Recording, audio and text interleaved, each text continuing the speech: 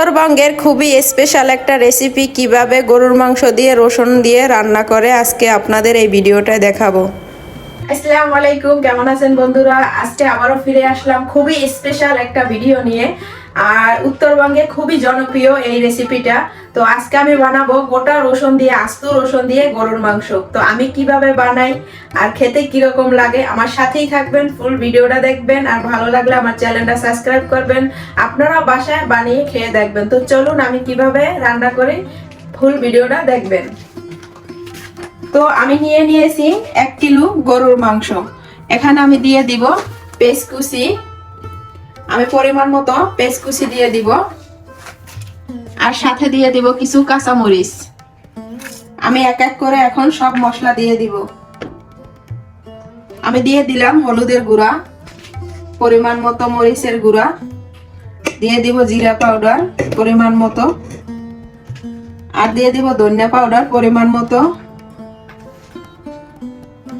আর দিয়ে দিব আদা রসুন পেস্ট।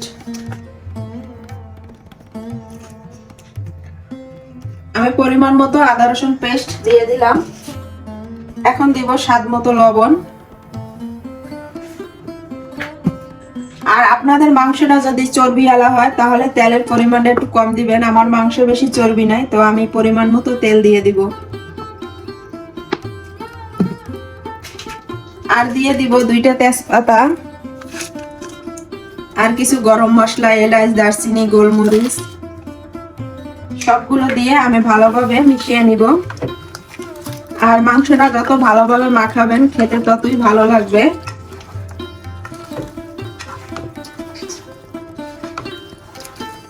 আমি ভালোভাবে এভাবে মেখে নিব মাংসটা।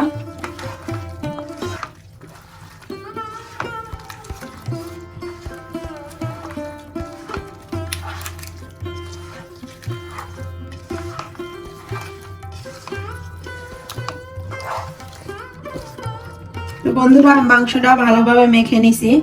এখন আমি 5 মিনিট এইভাবে রেখে দিব, পরে আমি চুলার জালটা জ্বালিয়ে দিব।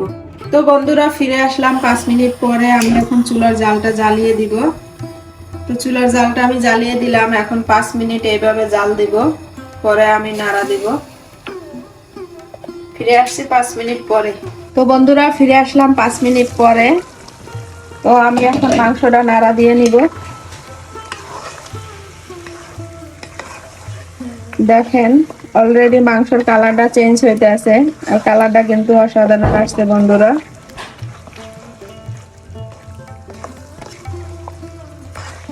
এইভাবে ঢাকনা দিয়ে দিয়ে আমি মাংসটা কষিয়ে নিব। তা আবারও ঢাকনা দিয়ে দিব 5 মিনিটের জন্য। তো বন্ধুরা, আবারও 5 মিনিট পরে ফিরে আসলাম। আর দেখেন আমার মাংসটা কষিয়ে উপরে থেকে তেল ছেড়ে দিচ্ছে, আর অসাধারণ একটা ঘেরান আসতেছে বন্ধুরা, কি বলবো আপনাদের। আর কালারটা দেখি আপনারা বুঝতে পারতেছেন যে কত ভালো হয়েছে। তো এখন আমি দিয়ে দিব একটা টমেটো কুচি। আপনারা না পছন্দ করলে দিবেন না, আমার ভালো লাগে এই জন্য আমি দিয়ে দিলাম। তো এখন আমি ভালোভাবে মিশিয়ে নেব। আর মাংসের কালারটা দেখি বুঝতে পারতেছেন যে কত মজাদার হবে রান্নাটা। আমি সবকিছু ভালোভাবে আবার মিশিয়ে দিলাম। এখন আমি আবারও 2-3 মিনিটের জন্য ঢাকনা দিয়ে দিব। তো বন্ধুরা, আমি এখন ঢাকনা খুলে নাড়া দিয়ে নেব। আর দেখেন মাংসটা কষিয়ে উপর থেকে কিভাবে তেল ছেড়ে দিছে। তো আমি মাংসটা দেখতে পাচ্ছেন ভালোভাবে কষিয়ে নিছি। এখন আমি দিয়ে দিব পরিমাণ মতো গরম পানি। আর আপনারাও গরম পানি দিবেন, তাহলে খেতে ভালো লাগবে। তরকারিটা অনেক ভালো হয় গরম পানি দিলে। তো আমি এখন পরিমাণ মতো গরম পানি দিয়ে দিলাম।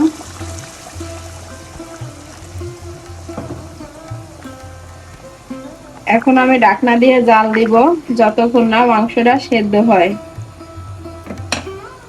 তো আমি আবারও ঢাকনা দিয়ে দিলাম।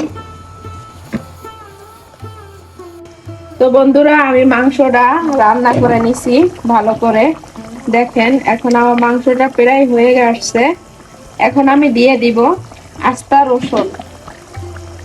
তো আমি কি রসুন নিয়েছি আপনাদেরকে দেখাই, দেখেন আমি ভালো করে ধুয়ে পরিষ্কার করে নিয়েছি রসুনগুলো। তো আমি এখন রসুনগুলো দিয়ে দিলাম। রসুনগুলো দিয়ে আমি আরো কিছুক্ষণ জাল দিব। আর মাংসটা আমি বেশি ঝোল রাখবো না, যখন বুনা বোনা হয়ে যাবে তখন আমি নামিয়ে ফেলবো। তো আমি আবারও কিছুক্ষণের জন্য 4-5 মিনিটের জন্য ঢাকনা দিয়ে দিব রসুন দেওয়ার পরে। তো বন্ধুরা আমি এখন ঢাকনা খুলে জিরা পাউডার দিয়ে দিব। আমি ভেজে জিরা রাখছিলাম, এই জিরা পাউডার দিয়ে দিলাম। আর দেখেন আমার মাংসের কালারটা কত সুন্দর আসছে, আর অসাধারণ একটা ঘেরান আসতেছে বন্ধুরা। আর মাংসের কালারটা দেখে বুঝতে পারতেছেন কতটা মজা হয়েছে। তো আমার মাংসটা প্রায় হয়ে গেছে, আমি আর 2-3 মিনিট জাল দিয়ে নামিয়ে ফেলবো।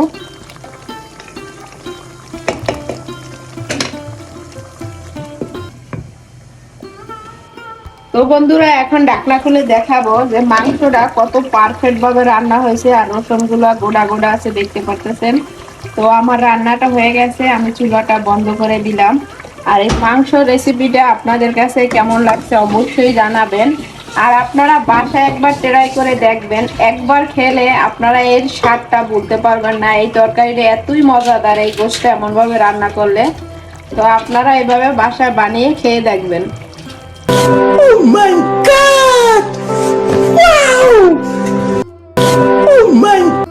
তো বন্ধুরা আস্তা রসুন দিয়ে আমার গরুর মাংস ভুনা হয়ে গেছে, আর দেখেই বুঝতে পারতেছেন যে খেতে কত মজার হয়েছে। তো আপনারা এইভাবে বানিয়ে খেয়ে দেখবেন, অনেক ভালো লাগবে। আর ভালো লাগলে অবশ্যই আমার চ্যানেলটা সাবস্ক্রাইব করবেন, আর আমার ভিডিওটা শেয়ার করবেন, বেশি বেশি করে দেখবেন। তো আজকে এই পর্যন্তই, সবাই ভালো থাকবেন, সুস্থ থাকবেন, আল্লাহ হাফেজ।